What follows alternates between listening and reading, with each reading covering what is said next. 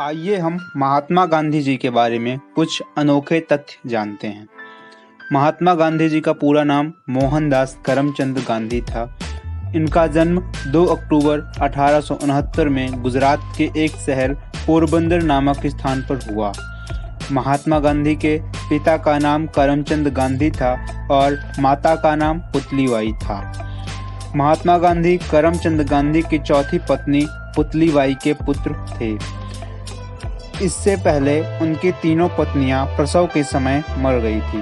महात्मा गांधी के पिता उस समय कठियावाड़ के एक छोटी सी रियासत पोरबंदर के दीवान थे और माता धार्मिक विचारों वाली महिला थी। गांधी जी पर उनकी माता का बहुत प्रभाव पड़ा, इसलिए गांधी जी ने अपनी माता को दिए वचन के अनुसार हमेशा शाकाहारी जीवन रखा। गांधी का अर्थ गुजराती भाषा में पंसारी होता है और बापू का गुजराती भाषा में पिता कहा जाता है। गांधी को पहली बार महात्मा गांधी राजवैद्य जीवराम कालिदास ने संबोधित किया और फिर इन्हें महात्मा गांधी के नाम से पुकारा जाने लगा। सुभाष चंद्र बोस ने आज़ाद हिंद फौज के सैनिकों के लिए उनका आशीर्वाद और शुभकामनाएं के लिए रंगून रेडियो से उन्हें राष्ट्रपिता कहकर पुकारा था। तो इस प्रकार महात्मा गांधी को अलग अलग लोगों द्वारा अनेक नाम दिए गए थे। महात्मा गांधी ने अपने मिडिल की पढ़ाई पोरबंदर से प्राप्त की और 1876 में उनका परिवार राजकोट आ गया, जहां 1881 में उन्होंने अपने हाई स्कूल की परीक्षा को पास किया। महात्मा गांधी उस समय एक औसत छात्र थे। 1883 में महात्मा गांधी 13 वर्ष के हुए तो उनका विवाह कस्तूरबा माखन जी के साथ कर दिया गया, जो 14 वर्ष की थी। उस समय बाल विवाह के रीति रिवाज के अनुसार यह एक बाल विवाह था। कस्तूरबा माखन जी के लंबे नाम को छोटा करके कस्तूरबा रखा गया, जिसे लोग बा कहकर पुकारते थे।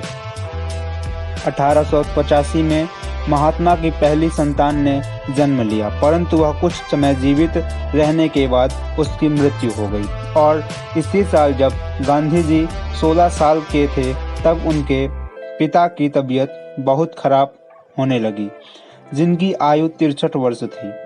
उस समय गांधी जी हमेशा उनके साथ रहते थे, परंतु कुछ दिनों में उनकी मृत्यु हो गई।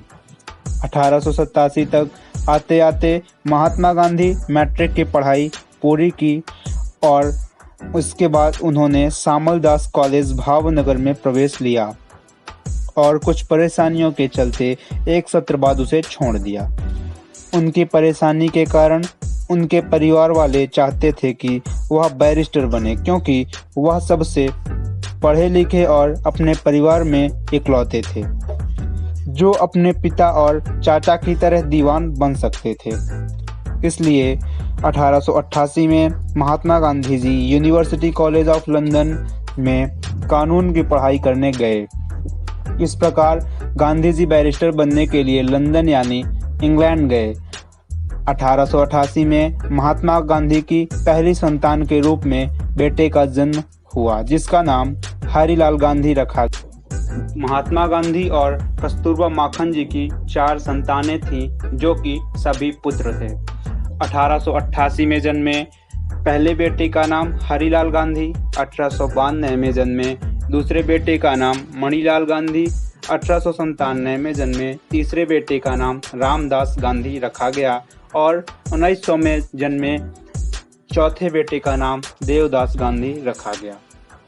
महात्मा गांधी जी लंदन में रहते हुए कई तरह के अंग्रेजों के रीति रिवाजों का अनुभव किया और अपनी माता के वचन का पालन भी किया।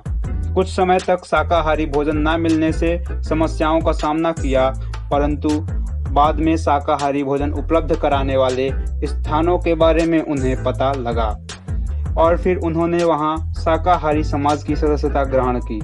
1891 में जब महात्मा गांधी इंग्लैंड से वापस भारत आए तब उनकी माता की मृत्यु हो चुकी थी। इसके बाद उन्होंने बम्बई में वकालत की, परंतु उन्हें किसी प्रकार की कोई सफलता प्राप्त नहीं हुई। फिर महात्मा गांधी राजकोट आए और वहां पर जरूरतमंदों के लिए मुकदमों की अर्जियां लिखने का काम करने लगे।